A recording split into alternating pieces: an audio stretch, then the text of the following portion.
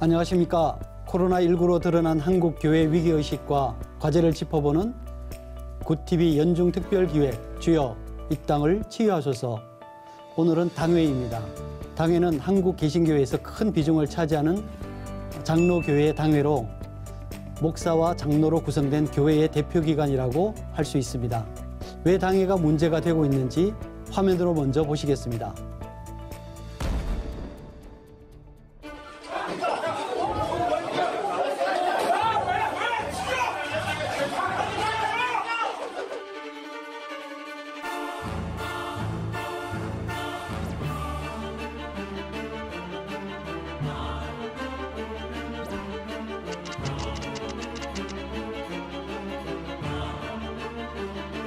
폐쇄적이고 권위적이다라고 하는 말은 당회의 모든 권한이 집중되어 있기 때문에 생긴 겁니다.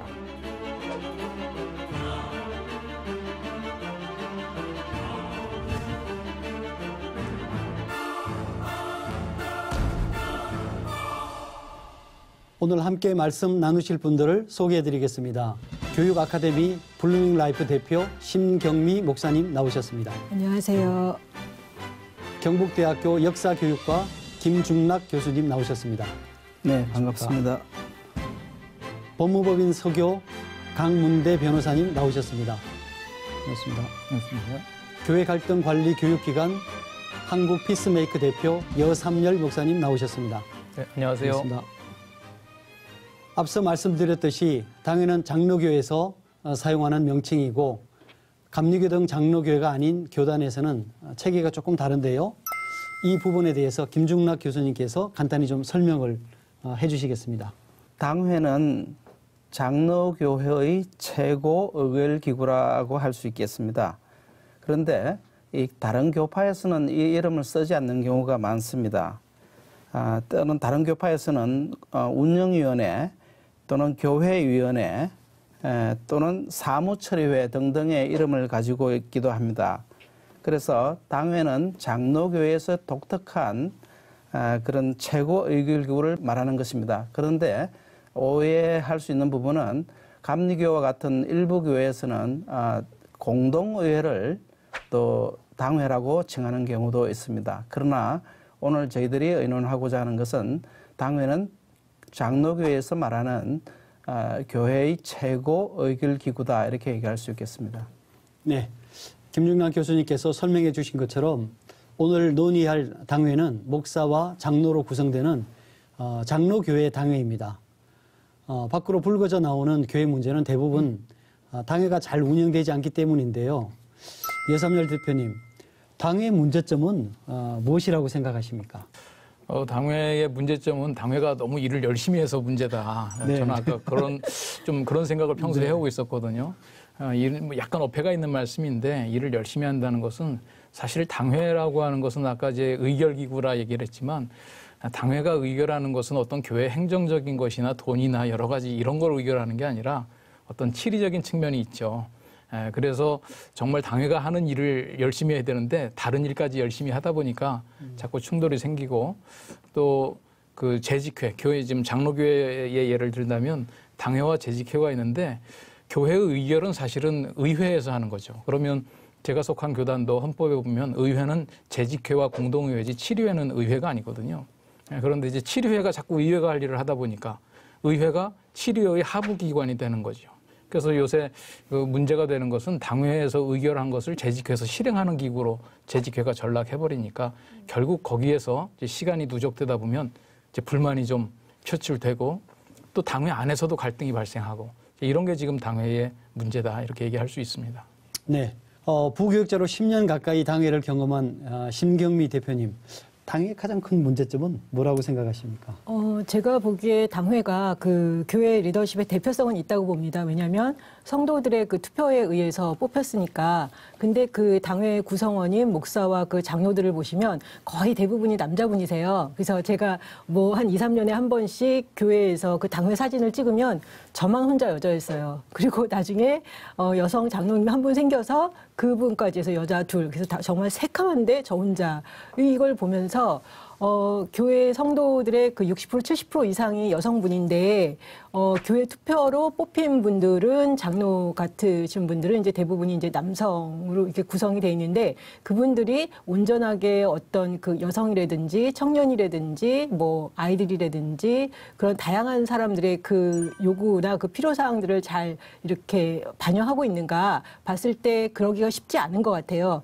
투표로 뽑혔지만 일단 또 들어가시면 또 이제 당신들 생각이 있으시니까 그게 좀 잘 안 되는 거에 대해서 이게 대표성은 있는데 그리고 투표에서 공식적으로 뽑혔지만 이게 정말 그 성도들의 대표성을 나타내고 있는가라는 생각이 들고요. 다른 하나는 교회에서 보면서 치리가 잘 이루어지지 않는다.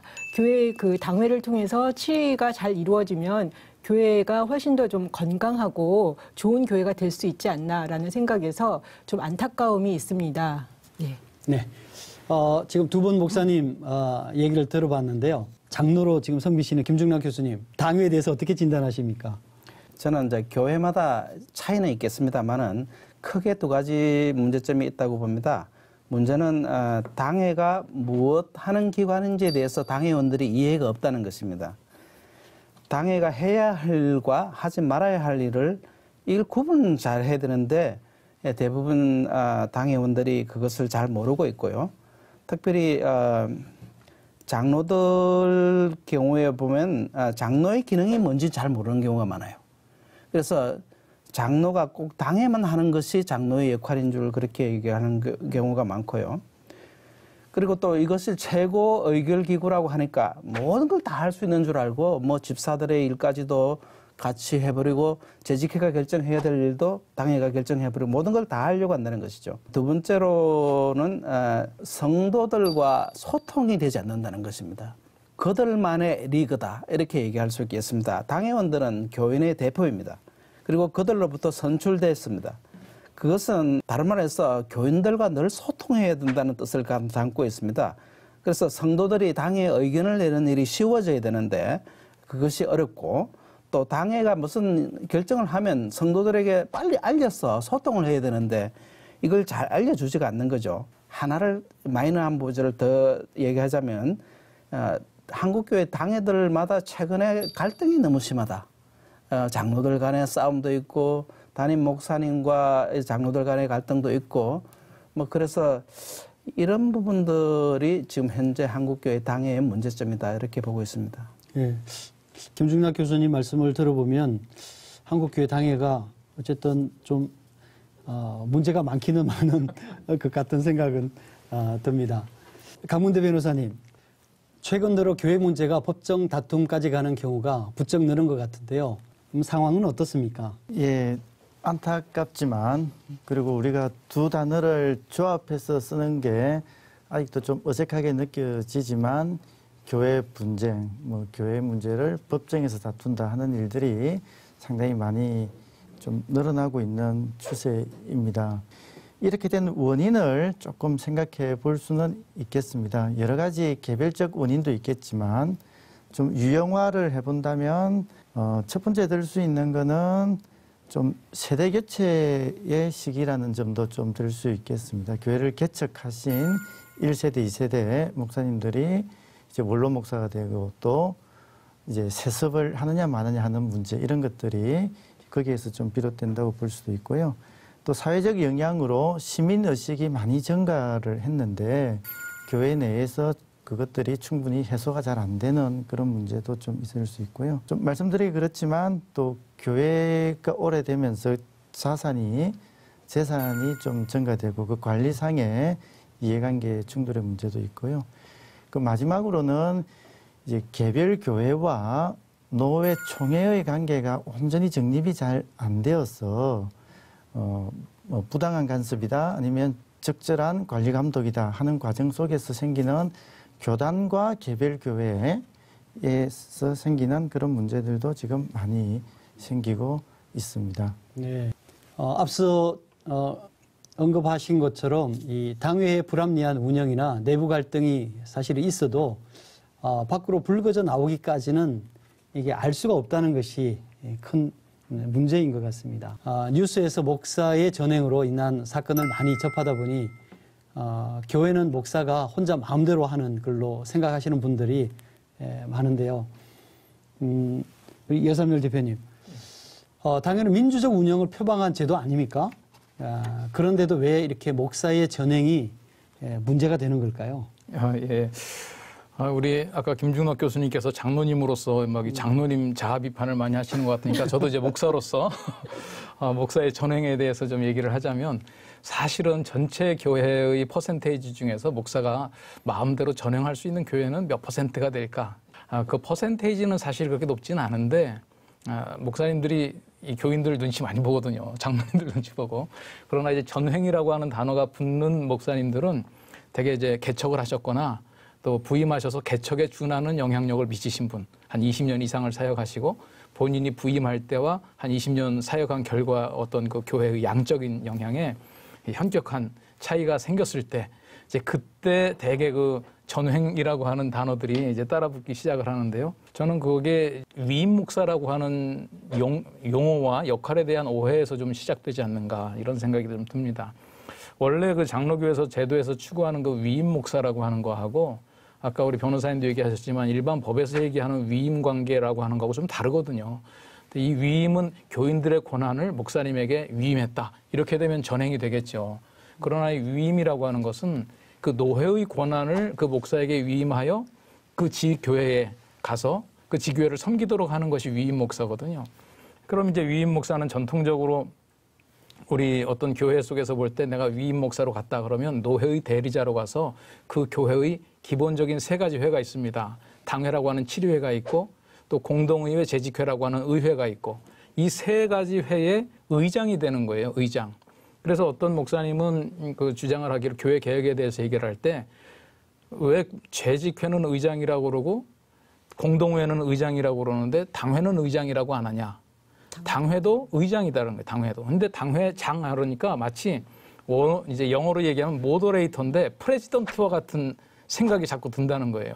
또 실제로 그렇게 하시고 그러나 이제 장로교는 노회가 감리교와 달리 파송하는 게 아니라 그 선택을 누가 하느냐? 교인들이 선택을 하라는 거예요. 노회원 중에서. 그럼 선택받은 목사가 위임을 받아가지고 노회의 대리자로 가서 하기 때문에 아무리 다수결로 결정을 해도요.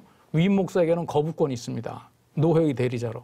그러니까 이게 체크 앤 밸런스라는 거죠. 견제와 균형. 이게 바로 이제 민주적인 제도 운영이고 우리가 말하는 민주는 사람들의 뜻을 짰자는 게 아니라 하나님의 뜻을 분별하자는 거거든요.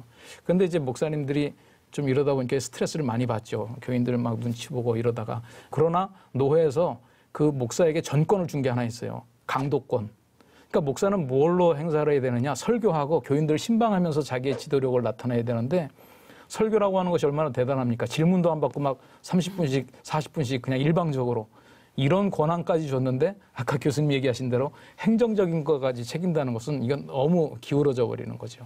그래서 당회에서 모더레이터의 역할보다 프레지던트의 역할을 하고 또 교인들도 그렇게 생각을 하고 그래서 교인들에게서도 목사에게 어떤 아웃풋을 자꾸 요구를 하고 이제 이게 그 전횡이라고 하는 단어가 좀 따라붙게 된 배경이 아닌가 좀 그렇게 좀 생각을 합니다. 네, 그러니까 여삼일 목사님 말씀 들으니까 위임이라는 말에 대한 정확한 좀 이해가 필요하군요. 예, 지금 법정에서도 사실 그것 때문에 판결이 좀 왔다 갔다 해요. 그 위임 목사 자격에 대한 것으로 종종 재판에 이제 소송을 하는데 법원에서는 저희 장로교 제도의 그 위임에 대한 이해를 물론 하실 수는 있으나 그 해석이 좀 차이가 나는 것 같습니다. 본질적으로는 노회의 위임을 받아서 예. 그 교회에 파송되는 그렇죠. 잘못 이해되면은 교회 교인들의 모든 권한을 위임받은 이런 쪽으로 이제 지금 법에 오해가 생길 수 있는 그 등기상의 대표자 이름을 네. 단임 목사로 하게 돼 있거든요. 네네. 그게 또 교회 분쟁이 나면 굉장히 민감한 사안이에요. 이제 공동의회를 통해서 대표자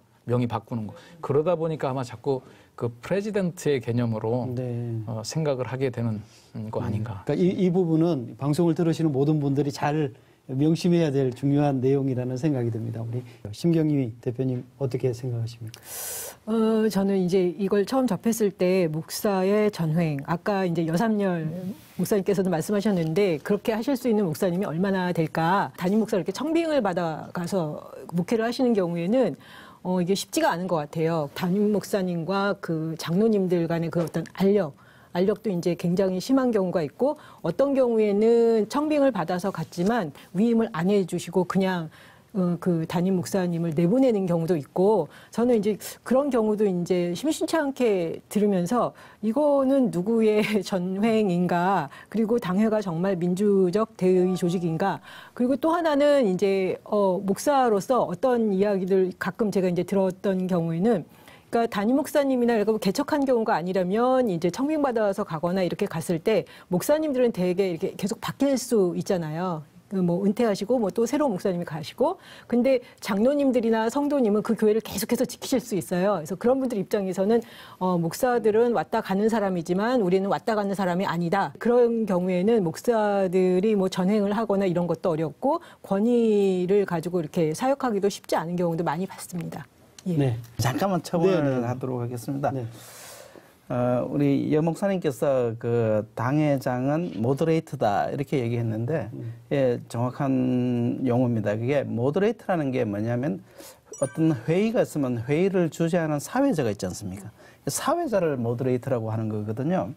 그래서 장로교의 그 3단계 7회가 있습니다. 제일 위에 총회가 있고 그다음에 노회가 있고 밑에 당회가 있는데 이 피라미드 구조는 카톨릭의 그 교황, 주교, 그다음 교구 사제의 그 피라미드 구조와 형태는 같습니다. 그러나 카톨릭에서는 교황이 결정하고 주교가 결정하고 교구 사제가 결정하죠. 그러나 이 장로교에서는 혼자서 결정하지 말라는 겁니다. 회의체를 통해서 결정하라는 것이죠. 즉 총회에서 결정하라. 노회에서 결정하라. 그리고 당회에서 결정하라. 즉 총회장, 노회장, 당회장 혼자서 결정하지 말라는 겁니다. 즉 회의체 교회가 바로 장로교의 중요한 특징입니다. 다른 말로 해서 이 총회가 열리는 기간 동안에 모두의 사회자를 뽑습니다. 그 사람이 총회장이에요. 그래서 정확하게 번역하자면 이것은 총회장이 아니고 총회의장입니다. 노회의장이고 당회의장입니다. 그걸 우리가 편의상 총회장, 노회장, 그러니까 당회장 이렇게 부르는 것인데 엄격히 말하면 그 회의가 열리는 동안에만 사회자가 있는 것이죠. 회의가 개최되지 않는 기간에는 그 사회 자체가 존재하지 않는 직책입니다. 그래서 상시적 조직으로서 오늘 현대교회에서 이제 복잡해지니까 이제 운영을 하긴 하는데 그러나 근본 원리는 그와 다르다 하는 것을 알고 있어야 될 것 같습니다. 네. 잘하자고 시작된 당회가 오히려 문제의 온상이 되고 있다면 단지 운영을 잘못했기 때문일까 싶기도 합니다. 근본적인 점검부터 해볼 필요가 있을 것 같은데요. 김중남 교수님, 당회의 구성원이 되는 장로의 직분은 어디서부터 시작이 되었습니까? 장로라는 직책은 인간 사회 어느 조직에서나 있었습니다. 이스라엘에서도 장로라는 직분이 있었고요. 심지어 이민족들에게도 장로라는 직분이 있었습니다. 이때 장로라는 말은 연장자 또는 그 그룹의 지도자를 의미를 했습니다. 그러나 이제 신약 성경에서 교회의 직분으로서 장로는 감독으로이라는 말로 사용되었습니다. 그래서 디도스 1장에 보면 5절에는 이 장로라고 표현했다가 7절에는 또 감독이라고 이렇게 사용을 하고 있습니다. 그래서 장로와 감독은 교회에서 같은 용어로 사용되고 있는 것입니다. 스코틀랜드 제2치리스라는 문서가 있습니다. 1578년에 만들어진 이 문서는 최초의 장로교 헌법과도 같은 문서입니다. 교회의 기능을 세 가지로 보고 있습니다. 즉 3D라고 표현을 했는데 교회는 교인들에게 독트린을 가르쳐야 됩니다. 두 번째로 교회는 교인들을 디스플린해야 됩니다. 즉 교인들의 생활을 치리를 해야 된다는 것이죠. 감독하고. 또 세 번째로 이 교회는 가난한 사람들에게 구제를 베풀어야 되죠. 이 디스트리뷰션이라고 합니다. 나눠주는 일. 그래서 독트린, 디스플린, 디스트리뷰션 이 세 가지가 교회의 기능인데 그래서 이 세 가지 기능을 위해서 각각 직분을 다 배정을 했습니다. 그래서 독트린을 가르치는 사람을 가르치는 장로, 즉 목사를 가르치는 개념이 되겠고요. 그다음에 교회 교인들의 삶을 총찰하고 훈육하는 일을 하는 것이 바로 장로고요. 그다음에 교회의 그 재정을 가난한 사람들을 나누는 사람들을 우리가 디스트리뷰션 하는 사람을 집사라고 부릅니다. 그래서 이 세 직분은 교회에서 굉장히 중요한 항존직입니다. 제7에서에 보면 이렇게 표현하고 있습니다. 목사와 박사들이 말씀을 가르치고 씨를 뿌리는 일에 부지런히 하는 것과 마찬가지로 장로들은 이것이 교인들 가운데 결실을 맺도록 조심스럽게 노력해야 된다. 즉 목사님이 가르치고 장로는 쉽게 말하면 교인들이 그 말씀대로 살아가는지를 살펴보고 살도록 이렇게 격려하는 것이죠. 그래서 그게 장로의 굉장히 중요한 직분이라 이렇게 얘기할 수 있습니다. 네. 교회 직분이 위기에 따른 계급이 아니고 말로는 봉사직이라고 하지만 실제로는 한국 사회의 뿌리 깊은 유교 사고방식의 영향으로 수직적인 위기 구조로 여기는 풍토가 우리가 많은 것을 볼 수 있습니다. 강문대 변호사님, 예. 평신도로서 현행 장로 선출 방법과 기준에 대해서 어떻게 생각하십니까? 예, 그 자체로 놓고 본다면 이제 크게 탓하기가 좀 어려운 점이 있습니다. 왜냐하면 교인들이 직접 투표로 뽑게 되어 있고 자격이라는 것도 특별한 다른 자격이 있지 않고 몇 년 이상 교회에 재직을 하고 또 봉사를 하고 하는 그런 일반적 기준만 되어 있기 때문에 장로가 되는 어떤 선출 방식과 기준이 특별히 문제가 있다고 볼 수는 없습니다. 다만 이제 이상적인 의미로서의 당회와 장로의 지위를 생각한다면, 즉 우리 교수님께서 장로님께서 말씀하셨던 치림하는 장로로서의 위상을 생각을 한다면 아무래도 사회적으로 연장자이거나 교회 오래 다니신 분들, 이런 분들이 하는 것에 크게 이의를 제기하기가 어렵겠죠. 그래서 사회적으로는 법원 역할과 국회 역할과 국무회의 역할을 지금 다 하는 정도의 위상을 지금 교회 내에서 당회가 가지고 있는데, 현실적으로 그렇게 돌아가는 현실을 놓고 본다면 장로의 구성은 지금보다 훨씬 다양해져야 되고 지금 소외되는 사람이 없도록 적극적 특별한 배려들이 좀 더 필요하지 않겠는가.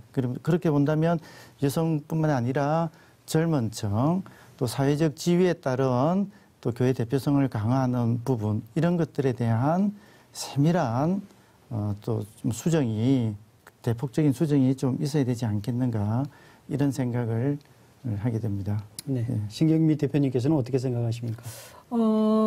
법대로 해서는 지금 현 상황에서는 여성 장로님들이 뽑히기가 쉽지가 않아요. 제가 있던 교회에서는 이제 담임 목사님이 정말 그거를 설교 시간에도 제발 우리 교회에 여성 장로가 필요하니 꼭 투표해 주십시오, 이렇게 계속 말씀을 드려도 이게 굉장히 쉽지가 않고, 그래서 이제 여성 장로 TO를 놓고 여성 장로가 선출이 되도록 하자, 이런 이야기가 이제 저희 교회뿐만 아니라 예전에 다른 교회에서도 이제 있었는데, 그럴 경우에 어떤 남자분들은 얘기하기를 그거는 뭐 역차별이다, 그렇게 말씀도 하시고, 법대로 해야지. 근데 법대로 하면 안 뽑히잖아요. 공무원 사회에서도 예를 들면 그런 어떤 적극적 조치를 통해서 여성 리더들을 이렇게 선출을 하고 이렇게 격려를 하는데, 그런 부분들이 이제 굉장히 약하다고 보고요. 근데 실제적으로 이제 성도들의 60%에서 70% 이상이 여성분들인데, 그분들의 그 뜻이라든지 의견이라든지 리더십이 제대로 반영되기는 굉장히 어렵다. 그리고 또 이제 그렇게 얘기를 하시죠. 이렇게 법으로 다 해놓고 그리고 그렇게 적극적 조치를 했는데도 많이 안 뽑히지 않냐, 이거는 여성들이 안 뽑는 거 아니냐. 근데 저는 이제 그런 말씀 드리고 싶었어요. 이때까지 그 오랜 기간 동안에 하루 이틀도 아니고 정말 우리나라 역사 전체적으로 가부장적인 교육이 쭉 이루어졌는데, 이렇게 적극적 조치를 취했으니 뽑아라 한다고 그래가지고 그게 잘 뽑히냐? 잘 안 뽑히거든요. 그러니까 그거는 계속 이렇게 적극적으로 그런 조치를 취하면서 일정 수가 될 때까지 지원을 해주는 것이 필요하다. 근데 그렇게까지는 제가 보기에 그 당회 구성원들 대부분이 이제 남자분이신데 그거에는 잘 동의하시지 않는 것 같아요. 그래서 이제 그것이 굉장히 안타깝고, 다른 하나는 이제 그 현행 그 장로 선출이 될 때 평소에는 이렇게 교회에서 이렇게 열심히 이렇게 봉사하거나 이런 일을 하시지는 않았는데, 뽑힐 때 보면은 장로가 되는 분들이 있어요. 나중에는 이제 그분들의 뭐 사회적 이력이라든지 이런 것들이 쭉 나오면 교회 안에 그분의 가족들이 많이 있거나 사회적이 이렇게 빵빵하다든가 성도들이 사실은 저분이 정말 우리 교회의 적당한 리더가 되겠다라고 해서 뽑기보다는 그분의 사회적 지위라든지 가족 때문에 의해서 이렇게 뽑는 것들을 봤어요. 암만 말씀드려도 그거는 성도들은 또 이제 당신들의 생각이 있기 때문에 잘 바뀌지 않는 부분들, 그래서 공식적으로는 투표에서 뽑히지만 이것이 정말 이렇게 민의를 잘 반영하는가, 그거에 대해서는 그럴 수도 있고 그렇지 않을 수도 있다. 이렇게 말씀드리고 싶네요. 네, 원래 이게 장로들 선출의 기준이 어떤 신앙이라든지 이런 기준이 돼야 되는데 사회적 직위라든지 어떤 그 재정에 대한 보죠. 어떤 그런 거라든지 이런 또 그 외적인 부수적인 요소에 의해서 네. 선출될 가능성이 높아지니까 네. 사실 이런 면에서 장로로 뽑히는 것에 대한 어떤 교인들의 뭐 다는 아니지만 일부 교인들의 어떤 불신 네. 이런 것들도 얼마든지 나올 수 있는 상황이 아닐까 이런 생각이 들기도 합니다. 잘 뽑는 것 못지않게 장로가 된 뒤에 역할을 잘하는 것도 참 중요합니다. 여삼열 대표님, 장로교회에서 장로의 위상과 역할을 좀 설명을 해 주시겠습니까? 아까 지금 말씀 들어보면 지금 다 장로들을 되고 싶어 하시잖아요. 왜 장로가 되려고 할까? 저는 그거를 좀 이제 생각을 해봐야 될 필요가 있다는 거죠. 제가 뭐 한 20년도 더 된 것 같은데 스위스에 그 어느 개혁교회 목사님을 만나뵌 일이 있어요. 야, 니네는 참 좋다. 왜냐, 우리는 지금 장로 티오가 2명 있는데 아무도 안 하려고 그러는 거예요, 지금. 우리도 니네 같이 그렇게 막 하려고 나서는 사람이 좀 있었으면 좋겠다. 이런 얘기를 하더라고요. 저는 그거를 이렇게 뭐 명예나 세상의 타이틀 이런 걸로 생각하지 않고요. 교회 안에서 정말 열심히 봉사하고 싶으신 분들이 장로가 되려고 그래요. 또 장로 되면 시간도 많이 써야 되고 돈도 많이 쓰고 자기의 노력들을 많이 쓰거든요. 그래서 저는 그거에 뭐 타이틀이 욕심이 나서라기보다 내가 교회 출석하고 교인으로서 교회 봉사하는데 뭔가 의미 있게 일을 할 수 있는 자리가 어디냐. 그게 지금 장로 자리밖에 없다는 게 문제인 거죠. 모든 일이 당회에 몰려 있다는 거예요. 아까 우리 변호사님 얘기하셨듯이 권력기관도 아닌데 거기에 입법, 사법, 행정이 다 몰려 있어요. 그러니 내가 아무리 뭐 집사로서 해봐야 지금 거기에서의 핵심적인 일을 하고 내가 정말 교회를 바로잡고 교회를 성장하게 하고 교회를 위해서 섬기려면 장로가 되는 수밖에 없다는 거예요. 지금 현재 구조로는. 그래서 저는 장로의 역할보다 우리가 초점을 맞춰야 될 게 집사의 역할이다. 장로교회의 전통적인 원래 4직에서 3직으로 교사와 목사, 그다음에 장로, 집사, 항존직이잖아요. 그리고 제 속한 교단 헌법에도 있습니다. 그 헌법 총론에 장로의 정치란 교회의 주권이, 제가 이걸 가지고 질문들을 많이 해요. 주권이 누구에게 있냐? 그럼 뭐 하나님께 있다, 뭐 목사님께 있다, 장로님께 있다. 우리 헌법에 교회의 주권이 교인에게 있는 민주적 정신이, 이게 지금 우리 헌법책에 나와 있는 장로의 정치에 대한 얘기예요. 그 3직을 누가 뽑느냐면 교인들이 선출한다는 거예요. 그 목사도 교인들이 청빙해 오고 장로도 교인이 선출하고 집사도 교인이 선출한다. 그러면 목사는 다른 그 신학기관에서 자격을 갖춘 노회원 중에서 택해오지만 장로와 집사는 교회 공동체 가운데 교인들이 선출해 주는 거잖아요. 똑같이 항존직이란 말이에요. 안수받은 직분이고. 그런데 왜 두 직분 사이에 이 파워 밸런스가 차이가 나느냐. 지금 현재 교단 헌법에는 전혀 그렇게 돼 있질 않은데 왜 많은 교회에서 장로 후보가 되려면 안수 집사가 일단 돼야 되느냐. 이것부터가 위법이라는 거예요. 저는. 한 사람을 집사로 세웠는데 그 사람을 또다시 대상으로 투표를 해서 또 다른 항존직에다 임명을 한다? 예를 들면 뭐 사법부에 대법관을 하셨고 뭐 헌법재판관을 하셨는데 행정부에서 부른다고 막 간다? 그걸 이제 우리가 사법의 정치의 사법화, 사법의 정치화 이런 얘기를 하잖아요. 그러면 수직적이 돼버린단 말이에요. 그러면 사실은 똑같은 선출직이면 수평선상에 놓고 역할의 분담을 시켜줘야 된다. 당시 그 스코틀랜드 교회에서요. 교회가 땅이 많이 있었거든요. 그 지대를 수입하는 거, 11조를 걷는 거, 이거를 집사들에게 맡겼다는 게 파격적인 거예요. 그걸 누가 했냐면 원래 귀족이나 교권을 가진 이 카톨릭 지도자들이 하던 일인데 그거를 교인들이 선출한 평신도 선출직에다가 맡긴다. 그래서 그 스코틀랜드 172서에는 그 사람 장로와 집사의 임기는 1년으로 정했어요. 1년. 매년 투표하는데 장로는 연임을 할 수 있지만 집사는 한 번 되면 3년 공백을 두고 또 할 수 있다. 그러니까 저는 그걸 그대로 하자는 게 아니라 지금 적어도 우리 교회에서 집사 직분을 받은 사람을 대상으로 다시 장로 선출하는 일은 이거는 법적인 의미를 한번 검토해 봐야 된다. 항존직으로 선출해졌으면 그분은 재정과 관련된, 그리고 이제 스코틀랜드 치리소에도 그렇고 화랑교회도 그렇고 미국 헌법 해설집에도 보면 돈과 관련된 일이기 때문에 교회의 대외적인 사업도 누가 하느냐? 집사가 한다는 거예요. 이렇게 엄청난 파워를 갖게 되니까 원래 스코틀랜드 그 제1치리소에는 집사가 7위회까지도 들어가 있었는데 제2치리소가 나오면서 7위회에서 뺐어요. 너무 집사의 파워가 커지니까. 그러니까 우리가 지금 이런 일들을 잘 생각하면서 한국 교회는 장로회와 집사회의 밸런스가 잘 맞아 있는가? 요거를 제대로 해줘야 장로의 역할도 제대로 할 수 있다. 제가 전에 다녔던 교회 목사님께서 당회의 장로님들은 그 당회로서 의결만 하시는 걸로.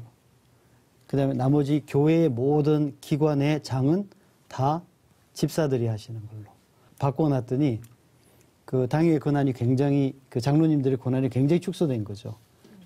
그래서 이제 아까 말씀하신 그 체크 밸런스가 조금 맞아 들어가는 듯한 느낌이 들더라고요. 물론 이제 운영을 어떻게 하느냐 하는 것이 중요하겠지만 저는 그것도 굉장히 좋은 대안이다라는 생각이 들기도 했습니다. 그 권한을 분산하고 역할을 나누고 하는 것은 상당히 민주적이지만 또 운영상 상당히 어려운 점도 있습니다. 우리가 습관적으로 본능적으로 집중하고 한꺼번에 모아서 하는 것이 또 대단히 익숙해 있는 그런 구조가 있지 않습니까?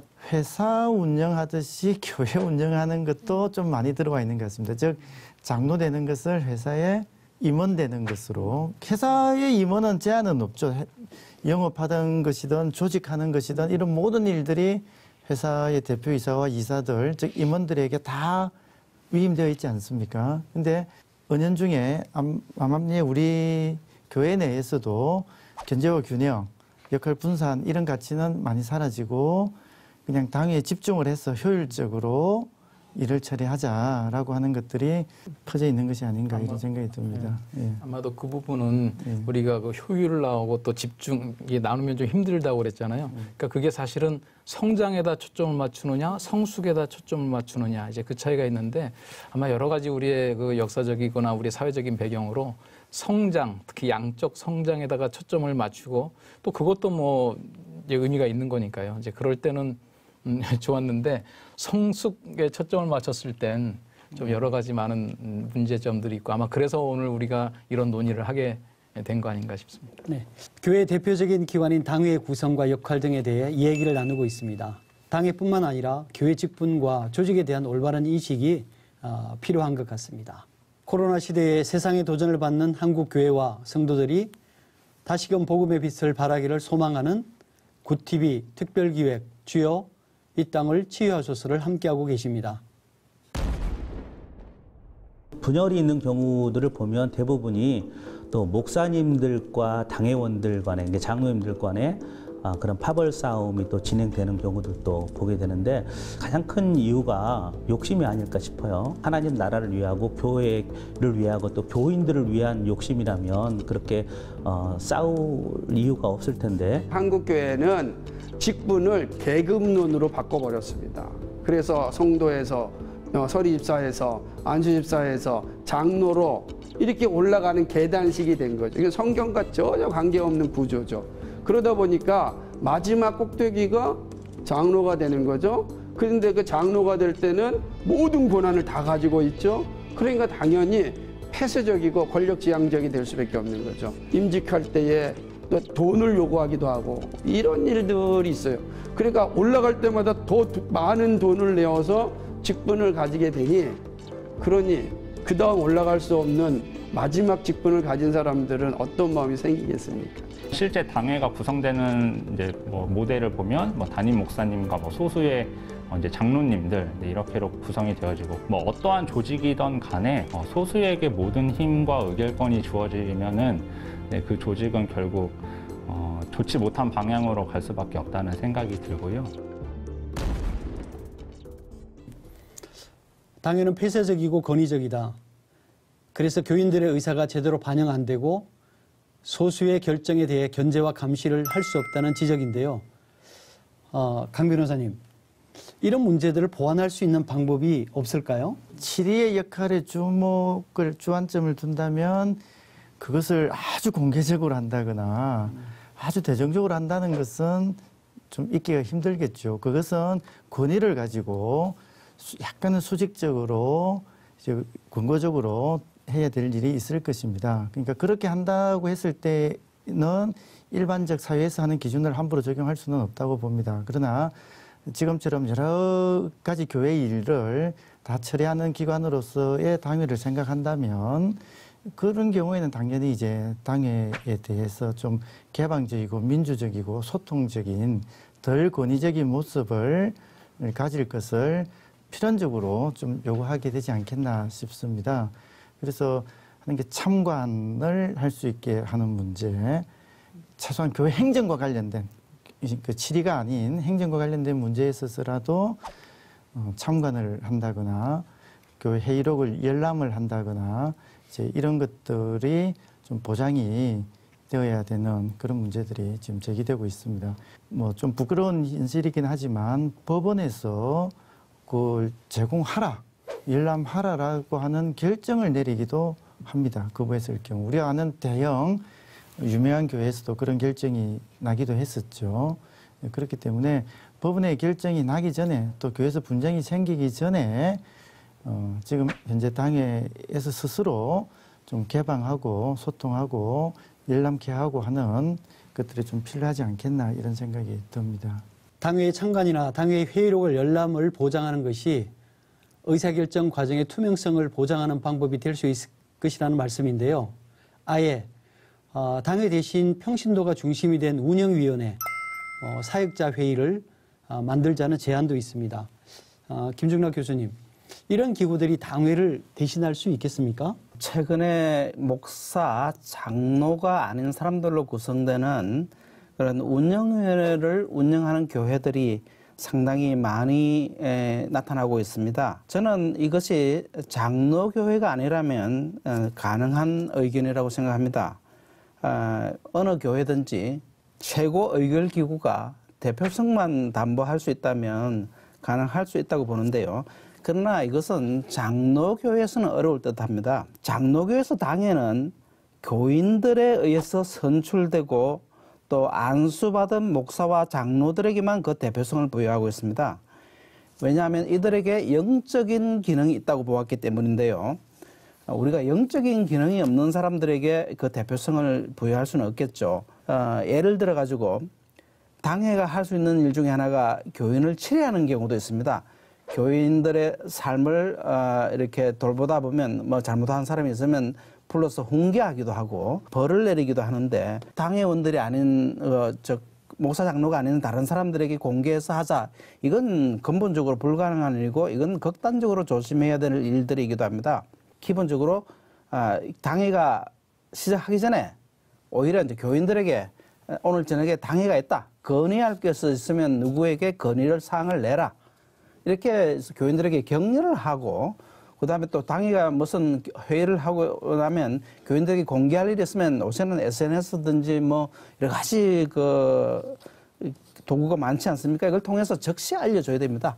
그래서 뭐 이런 의미에서 당회가 좀 더 활성화돼야 되지, 그 다른 기구를 만들어 가지고 당회를 대체하겠다는 것은 기본적으로 옳지 않은 것 같고요. 교회 내 참여할 수 있는 길들이 많이 열려 있습니다. 장로교 내에서도 당이 아니라도 중요한 재정 문제는 재직회에서 또는 공동회에서 이런 데 적극 참여하도록 그렇게 격려를 해야 됩니다.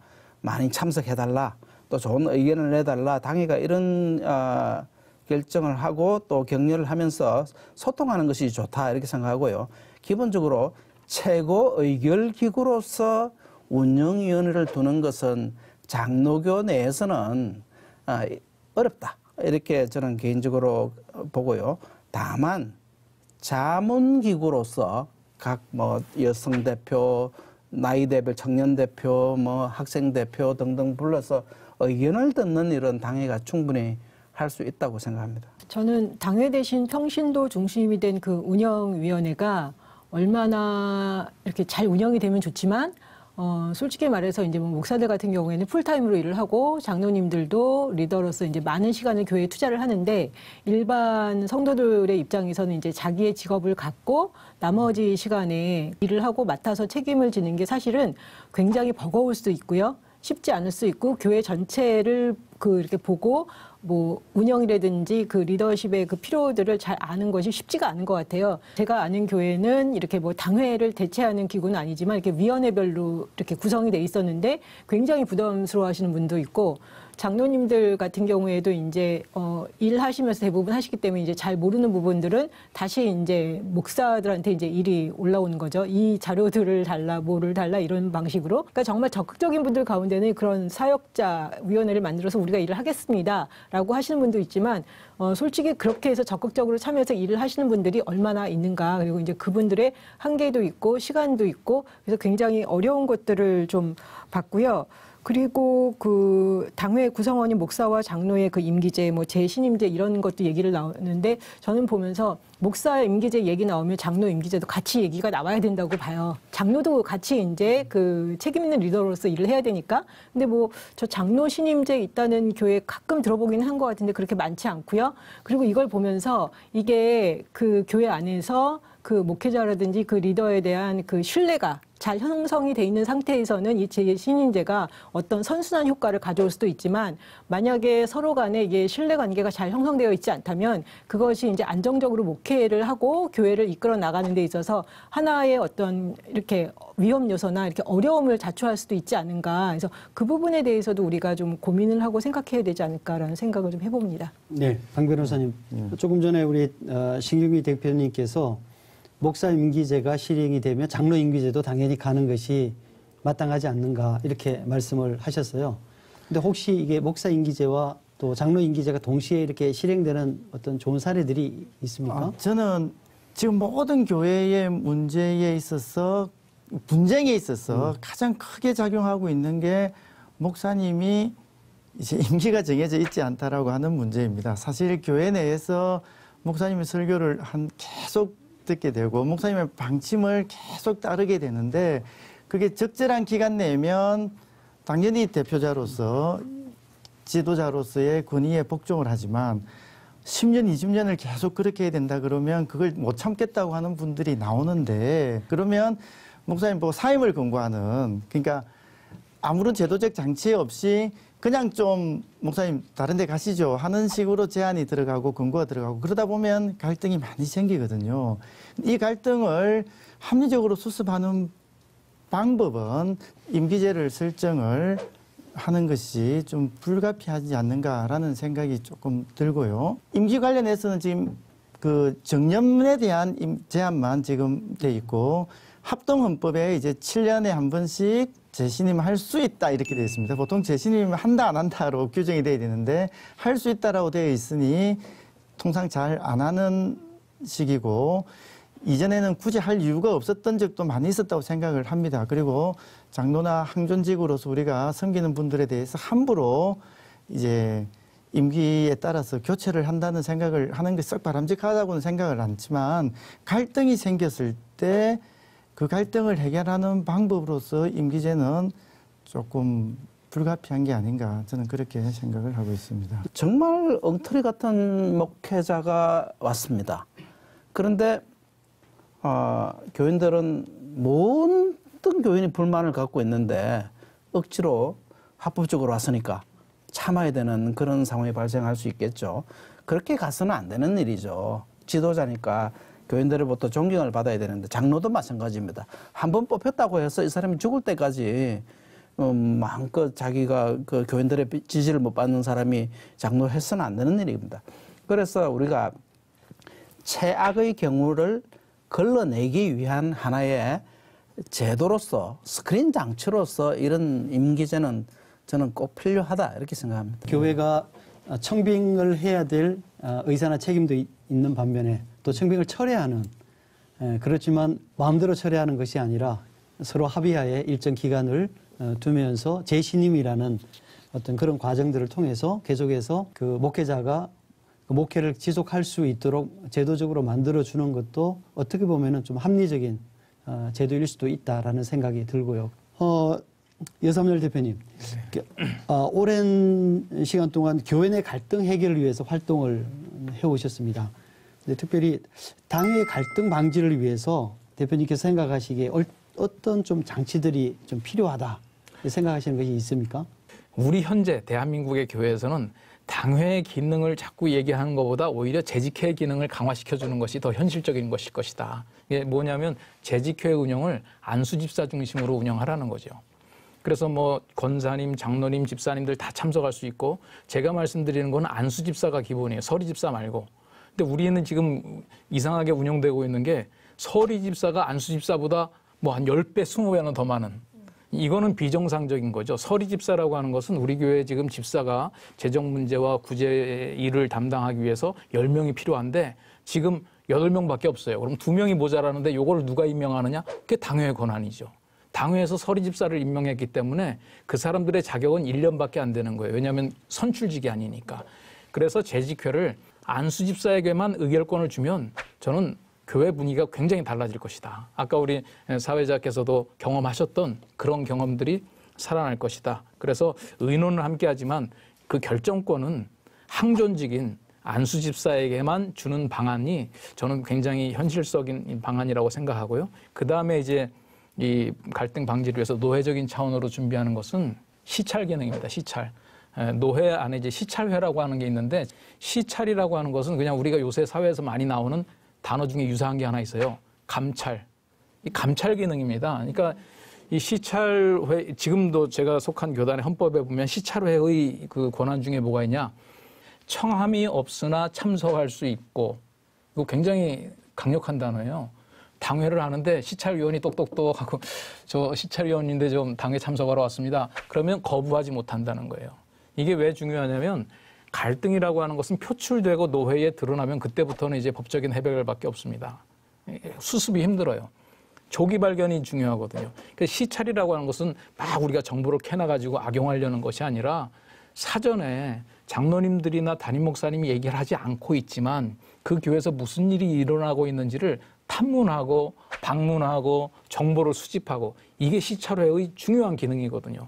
그런데 우리 헌법에는 있는데 그대로 시찰회가 운영되는 곳이 없어요. 이것만 제대로 운영이 돼도 당회의 갈등을 사전에 노회에서 탐지해낼 수가 있고 개입을 할 수가 있죠. 뭐 임기제에 대해서 이제 나왔는데 사실은요, 요 기능이 활발히 운영이 되면 노회가 하는 기능이 그거잖아요. 우리 담임 목사님하고 교인하고 꼭 임기를 정해서 신임 투표를 하는 것보다 시찰해서 돌아다니면 정보들을 다 수집할 수 있어요. 그래서 지금도요, 중소형 도시나 조금 이 농어촌 지역으로 가면 이 기능이 여전히 살아 있습니다.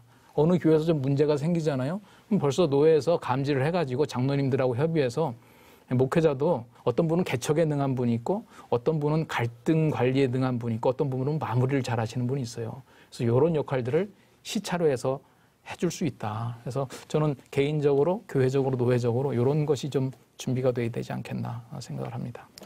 네, 오늘 저희가 여러 가지 당회에 관한 얘기들, 또 당회 안에서 일어나는 여러 가지 갈등들, 또 당회 자격과 또 당회 운영에 관한 이런 여러 가지 얘기들을 해봤습니다.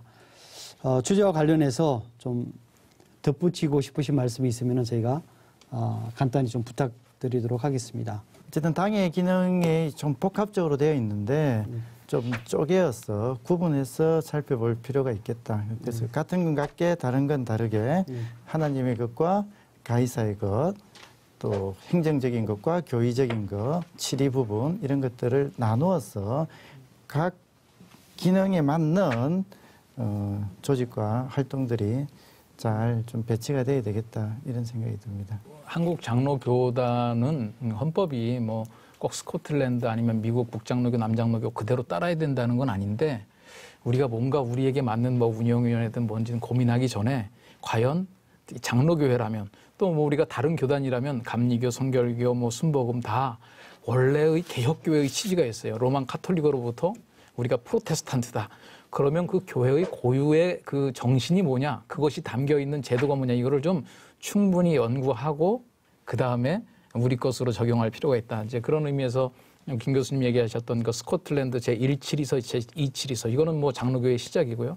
또 한국 교단의 헌법에 지대한 영향을 미친 것은 1922년에 헌법의 토대가 그대로 왔는데 거기에 영향을 미친 게 그 과관련 선교사님이 번역하신 교회 정치문답 조례입니다. 이게 1800년대에 그 존 하치 하찌라고 하는 분이 쓴 그 장로교 헌법 해설집인데 저는 요거를 그 합동 측에서는 요걸 100주년과 맞물려서 출판을 했어요. 완역을 해서. 좀 우리 목사님들, 장로님들이 좀 숙독했으면 좋겠다. 그래서 장로교단의 원리가 뭔가를 조금 더 공부하고 우리가 그 훈련을 받는다면 아마 이 사회에서도 교회를 가장 민주적인 집단으로 존경하게 될 거다. 이런 생각이 좀 들어서 그 얘기를 좀 덧붙이고 싶습니다. 저는 그런 이야기가 있어요. 이렇게 남자분들만 회의를 할 때와 남자분들 사이에 여성이 한 명이라도 끼어 있을 때 회의 분위기가 굉장히 달라진다. 예, 그래서 저는 당회에 교회의 거의 뭐 60%, 70% 가까이의 여성 성도들인데 그 성도들의 그 의견을 반영할 수 있는 좋은 여성 장로 리더십들이 좀 많이 세워지고요. 그분들이 이제 적극적으로 어떤 그 당의 분위기도 활성화시키고 조금 더 이렇게 유연성 있고 활발하게 좀 잘 돌아가고 의사소통을 좀 잘 할 수 있는 그런 당회가 됐으면 좋겠다. 예. 예, 저는 두 가지 바람이 있는데요. 당회가 하지 않아도 되는 행정이라든 이런 데 너무 모든 걸 다 하려고 하지 말고 치리에만 충실했으면 좋겠다 하는 것이고요. 두 번째로는 교인들과 소통하라라는 주문을 하고 싶은데요. 여기서 제가 계속해서 스코틀랜드 장로교회에 대해서 뭐 자랑 비슷하게 했는데 한 가지 조심해야 될 부분이 있어서 제가 말씀을 못하겠습니다. 스코틀랜드 당회는 종교개혁 직후에 막강한 권한을 가졌습니다. 너무 치료를 많이 했어요. 그러다 보니까 교인들을 마녀로 많이 잡았습니다. 그 역할을 충실히 한 조직이 바로 당회입니다. 그래서 당회가 마녀로 누가 의심이 들다고 고발이 들어오면 뭐 이렇게 치료하며 불러가지고 하문도 하고 심지어 고문까지 했습니다. 그래서 우리가 당회가 치리할 수 있다 해서 선을 넘어서는 안 된다. 그걸 또 강하게 주장하고 싶습니다. 당회를 구성하는 목사와 장로들이 제 자리로 돌아간다면 교회도 제 모습을 찾을 수 있을 것입니다. 제 자리는 바로 주님의 종의 자리입니다. 그 자리는 자기를 부인하고 자기 십자가를 지고 주님을 따르는 자리입니다.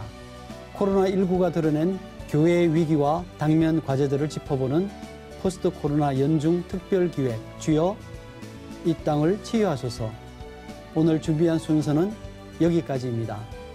다음 시간에는 내 교회만 잘 되면 된다는 개교회주의를 진단합니다. 안녕히 계십시오.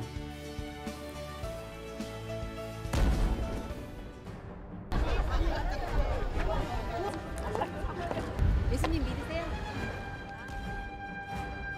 지역교회와 협력하기보다 내 교회 성도 늘리기에만 급급한 모습들을 보게 됩니다.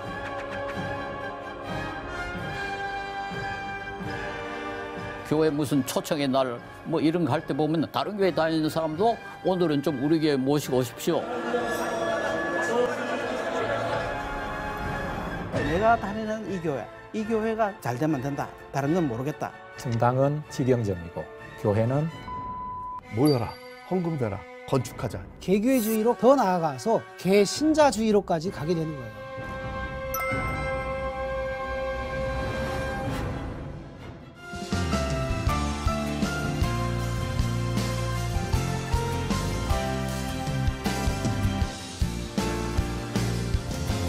주께 감사